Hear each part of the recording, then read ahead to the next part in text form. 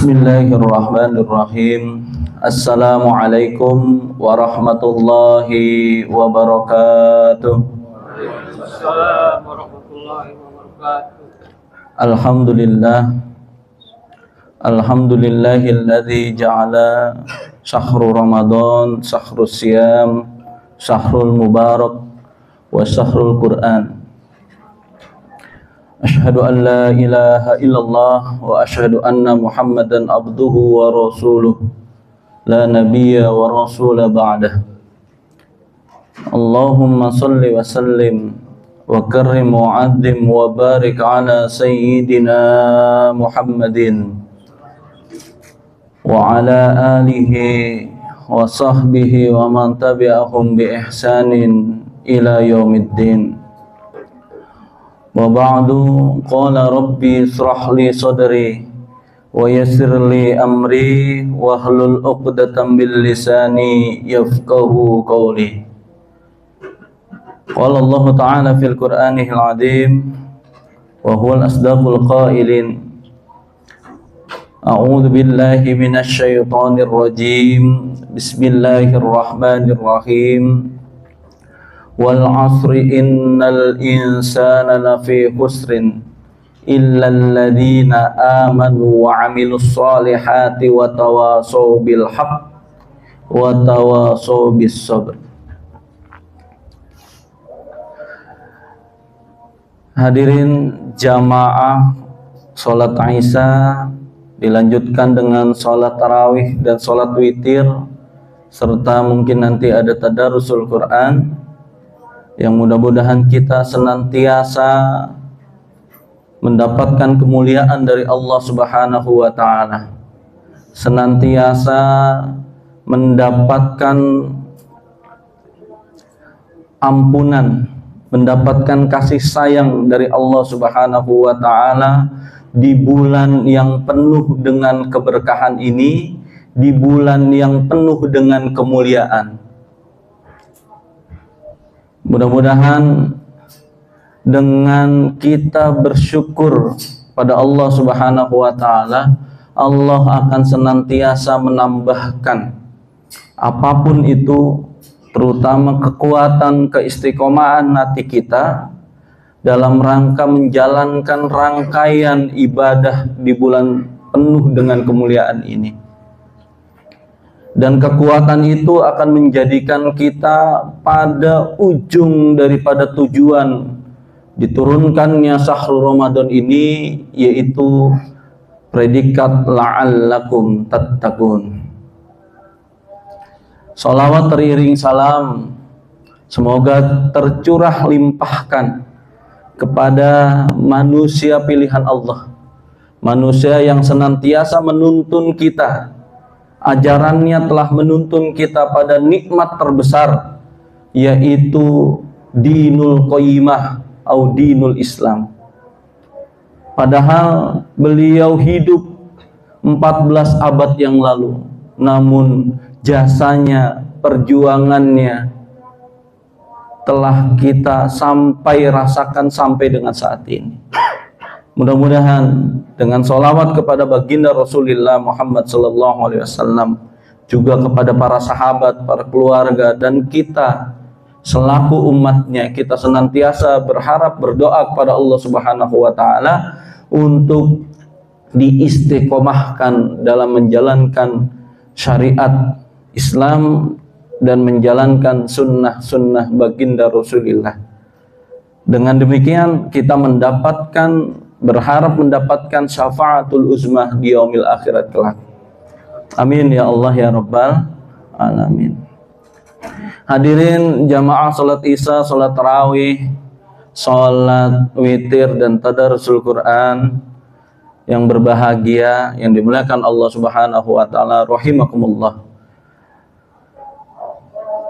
Tadi pagi saya membuka handphone dan biasa scrolling media sosial yang bernama Instagram.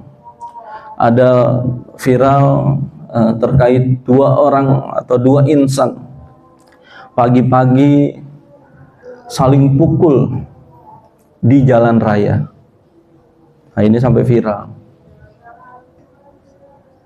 sampai dengan salah satu daripada pengendara motor tersebut ya. Ini dua-duanya pengendara motor, Bapak Ibu. Pengendara motor tersebut ada yang tersungkur jatuh. Namun ironinya kejadian tersebut yang tidak saya habis pikir terjadi pada bulan yang penuh dengan keberkahan. Sebagaimana baginda Nabi Muhammad SAW ya, bersabda bahwasanya bulan suci Ramadan, idza jaa Ramadan, apabila datang yang namanya bulan Ramadan itu, futihat abwabul jannah, dibukanya selebar-lebarnya pintu surga, ditutupnya setutup-tutupnya, serapat-rapatnya abwabun nar, wa ghuliqat abwabun nar, ditutup serapat-rapatnya pintu api neraka, pintu neraka. Wa fusidat syayatin, dan dibelenggu yang namanya setan. Ini ironi terjadi di bulan suci Ramadan, saling meluapkan amarah.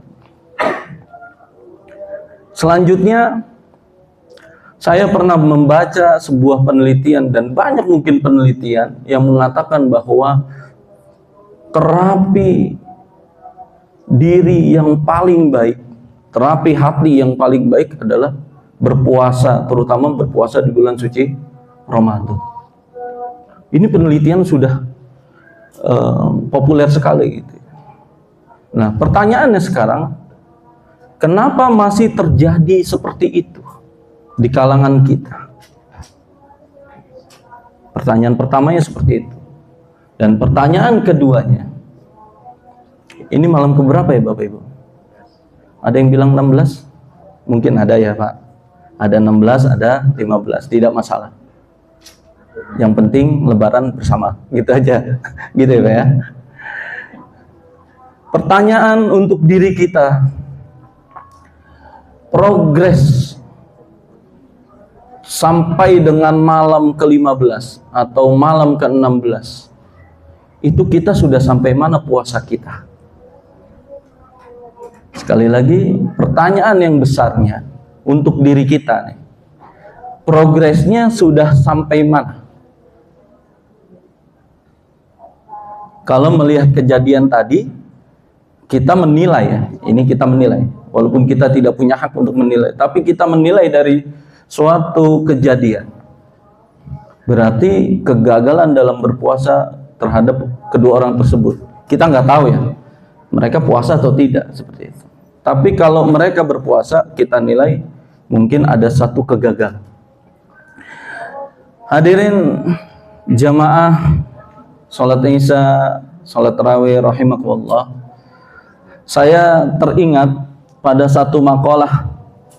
Ini boleh saya baca ya? Boleh nyontek nih.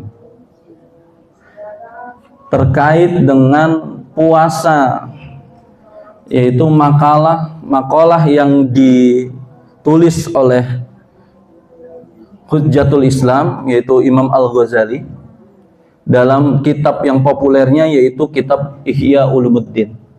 Ini saya baca takut saya salah, walaupun sedikit hafal. Inna shaumu kafun wa tarkun wa huwa fi nafsihi sirrun laisa fihi amalun yushahadu wa jami'u a'malit ta'ati bimashhadim minal khalqi wa mar'an wa shaumu la yarahu illa Allah azza wa jalla fa innahu amalun fil batin bis sabri mujaradin. Yang intinya adalah Al-Imam Ghazali ini menjelaskan terkait dengan hakikat puasa, di mana arti daripada makalah tadi yang pertama adalah as-saumu kafun wa tarkun. Saum itu adalah menahan diri. Wa tarkun, dan meninggalkan apa-apa yang telah dilarang dalam puasa tersebut.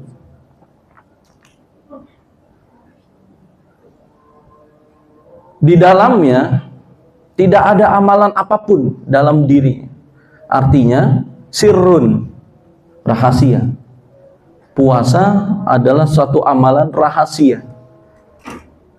Ini kita sepakat ya, bahwa puasa itu adalah amalan rahasia. Kalau istilah sekarang itu, kalau anak-anak Gen Z itu bilang apa itu? Kalau buka di tengah bolong itu, mokel apa itu? Mokel ya. Nah di sini ada yang kita milenial semua, ada baby boomer dan lain sebagainya. Kalau kata anak Gen Z sekarang itu mokel.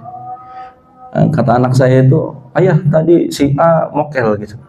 Makan siang hari dan tidak puasa. Mokel itu saya cari di mana gitu. Apa artinya? Ternyata artinya lumayan ini juga, monyet kelaparan gitu. Mokel gitu ya. Jadi seseorang yang ya tadi kejadian 2 orang tadi kita tidak tahu, yang memviralkan mungkin juga tidak tahu. Bahkan ada yang teriak, Pak puasa, tapi tetap pukul itu sampai dengan lawannya terkapar di jalan. Karena tadi kata Imam Al-Ghazali, sirrun, merupakan amalan yang di selanjutnya dikatakan bahwa wa jami'ul a'mali ta'ati masyhudin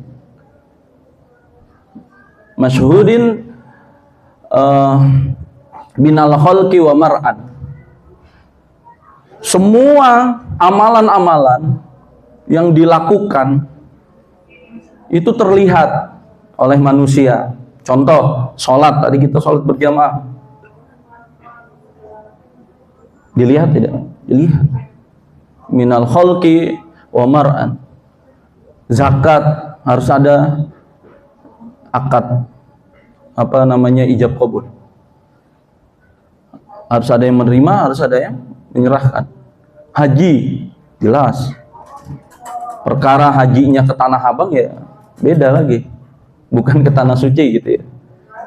Tapi dia berangkat haji, mendapatkan kuota, terdaftar dan lain sebagainya. Apalagi syahadat juga seperti itu.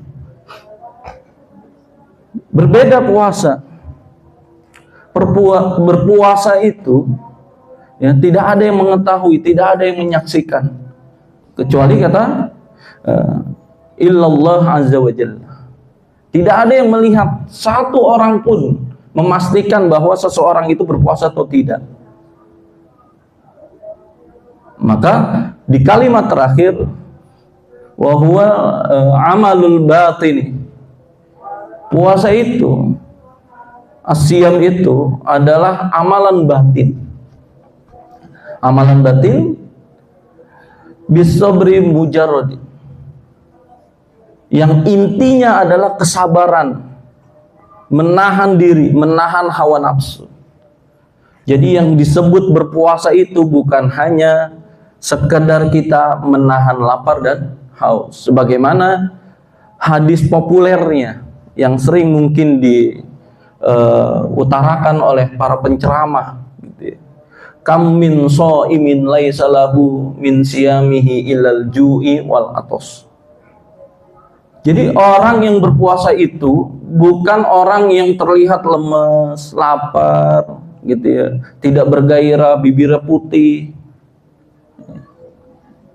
dicolek dikit jatuh gitu, bukan. Tapi pada hakikatnya adalah orang yang berpuasa itu adalah orang yang senantiasa sabar, orang yang senantiasa melatih diri untuk menahan apapun itu. Makanya salah satu yang membatalkan puasa adalah hubungan suami istri di siang hari, padahal itu halal harusnya.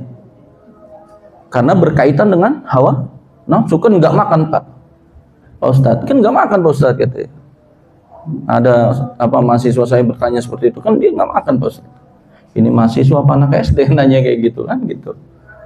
Maka yang dimaksudkan dalam sebuah hadis sumu tasihu itu adalah ada 3 aspek yang disehatkan dalam kita berpuasa. Yang pertama adalah jelas aspek fisik kita, jasadiah kita. Ya, alhamdulillah. Tadi saya kirim fotonya Pak, pada DKM nih, yang agak gemuk nih. Saya PSK juga saya. Pria 1 kintal. 100 kilo saya sebelum puasa. 14 hari puasa saya timbang lagi, alhamdulillah saya turun. Turun 10 kilo. Jadi pas saya kirim foto kedua, foto yang real gitu ya, real time. Pak Ustadz, ini Pak Ustadz beneran kan? Tadi Pak ini. Alhamdulillah. Itu aspek jasad. Melatih lambung kita untuk istirahat dan lain sebagainya. Melatih diri kita untuk tidak makan yang sembarangan. Dan bahkan ada sebuah penelitian bahwa kata Dokter Tirta, ya ini saya nonton lagi-lagi di YouTube. Ya, semoga menjadi ilmu. Kalau sore hari pas puasa itu gula sedang turun-turun ya, maka usahakan untuk berolahraga. Untuk katanya biar lemaknya yang kemakan. Nah, itu saya lakukan 10 hari, 14 hari, dan alhamdulillah sekarang sudah dari 105 sekarang 95 tadi saya timbang. Itu contoh Bapak Ibu. Dan setelah turunnya itu kita jadi enak beribadah gitu. Tadinya susah ngelpit kaki, perut juga susah pas tahiyat akhir, ngap-ngapan gitu ya. Yang kedua adalah apa yang disehatkan dalam berpuasa? Spiritual kita tentunya. Karena di dalam berpuasa itu, puasa itu tidak bisa berdiri sendiri tanpa ada ibadah-ibadah lainnya. Tadi karena itu sifatnya rahasia. Kata hadis qudsi dikatakan bahwa semua amalan-amalan Bani Adam itu lahu, kata Allah dalam hadis qudsi, untuk mereka, illa siyam fa innahu li wa ana ajzi. Maka manfaatkan 30 hari atau 29 hari ini dengan betul-betul kita memperbaiki diri dengan amalan-amalan soleh yang lainnya. Memang kegiatan utamanya secara spiritualitas kita adalah berpuasa. Perintahnya di dalam Al-Quran itu tadi. Namun dibarengi dengan apapun, dengan amalan-amalan soleh dan ibadah-ibadah pendukungnya. Yang mana di bulan suci Ramadan ini yang sunnah pahalanya akan dilipat gandakan menjadi yang seperti yang wajib dan lain sebagainya, berlipat ganda. Dan yang terakhir adalah akan menyehatkan mental kita. Jadi puasa itu diajarkan oleh oleh Allah Subhanahu wa taala, diwajibkan oleh Allah Subhanahu wa taala dan diajarkan oleh baginda Rasulullah dalam rangka untuk melatih mental kita. Makanya Bapak Ibu hadirin, coba diperhatikan. Pada awal-awalnya kita betul-betul kayaknya lama gitu ya. Tapi lama-lama udah hari ke-15 cepet ini bukanya nih. Cepet, sahurnya juga agak lama gitu ya. Tapi bukanya cepet dan lain sebagainya. Itu menandakan bahwasanya kita dilatih kesabaran kita perlahan. Dilatih hawa nafsu kita untuk tidak. Dengan berpuasa itu hanya satu-satunya ya, menahan hawa nafsu itu satu-satunya adalah, salah satunya adalah dengan berpuasa, selain dengan berwudu dan lain sebagainya. Tapi yang paling ampuh adalah berpuasa tadi. Ya, seperti salah satu hadis dikatakan, kalau misalkan ada seorang pemuda yang belum menikah, namun dia ngebet nikah gitu ya, ngebet kawin bahkan, itu disarankan atau dianjurkan untuk berpuasa.